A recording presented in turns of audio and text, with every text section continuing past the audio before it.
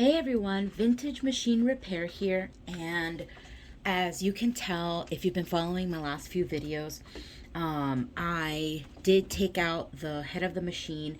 I'm going to talk about that separately.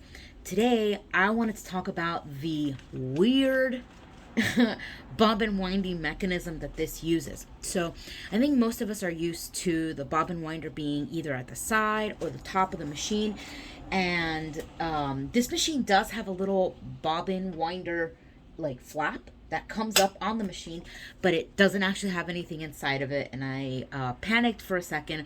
I had already put a separate bobbin winder, I think the side winder or something, on my eBay cart before I realized, by reading the manual, imagine that, that the bobbin winding mechanism is on the side. So today I kind of wanted to go through how to take apart the bobbin winder on this machine, how to clean, polish the metal parts, how to wind a bobbin, and yeah, so let's get started. Okay, so I've zoomed into the bobbin winding mechanism. So as you can imagine, let me grab my screwdriver. This over here is the plate where the bobbins go.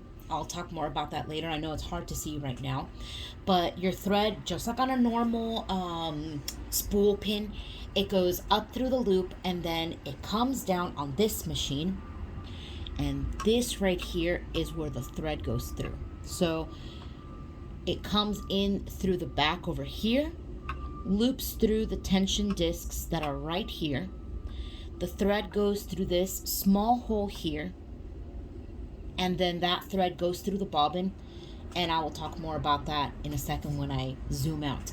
But the reason why I'm zoomed in here is because I wanted to show you how to disassemble this mechanism. So first things first, if you've ever disassembled a tension mechanism or a tension knob, this is actually really incredibly similar.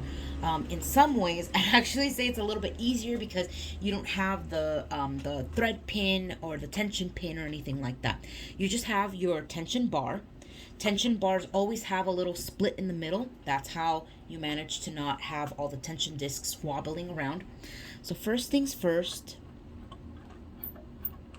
remove this screw. So you can tell that as I'm removing it, the tension on the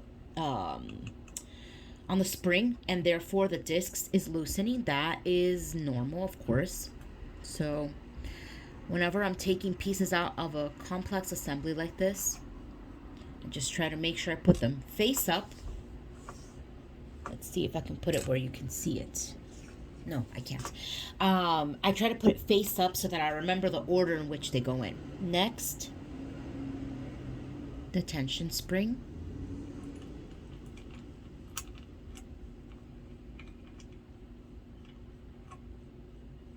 Next is this smaller tension disc cover.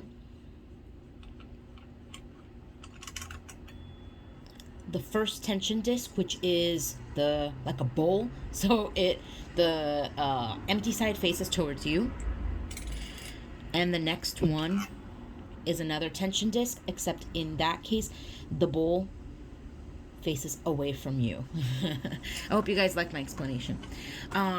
The other thing to note about this is that the tension discs have a small notch right here, and that is so that they can fit into this bar right here. So that's one thing to note.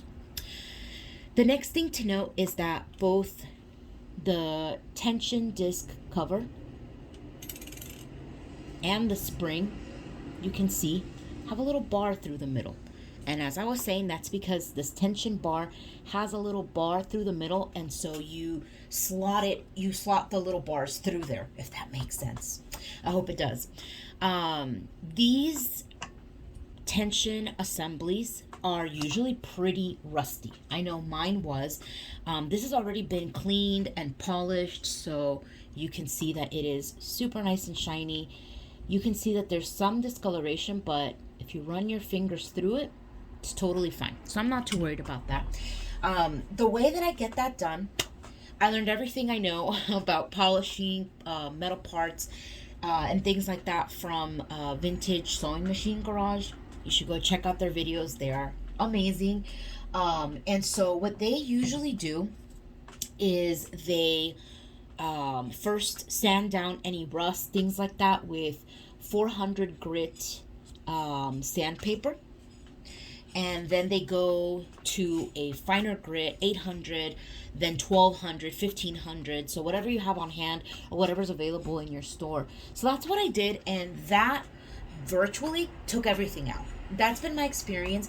I do have some other things that I sometimes use on different machines if the situation is dire. Like, let's say I wanted to get rid of the rust here.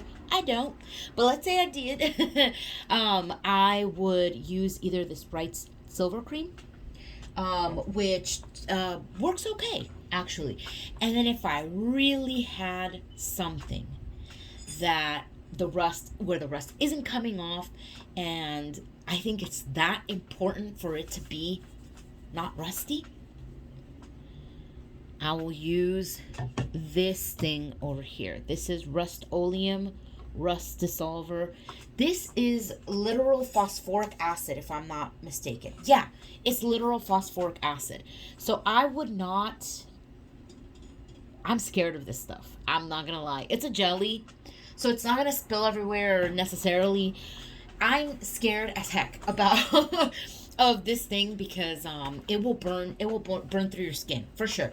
I'm afraid it'll burn through my rubber gloves. So I've only used it once. I have it. I'll probably have this for the rest of my life. Yeah, that's a last ditch effort. If you really think something absolutely needs to be rust free. So let's put this back together and let me show you how you would wind a bobbin.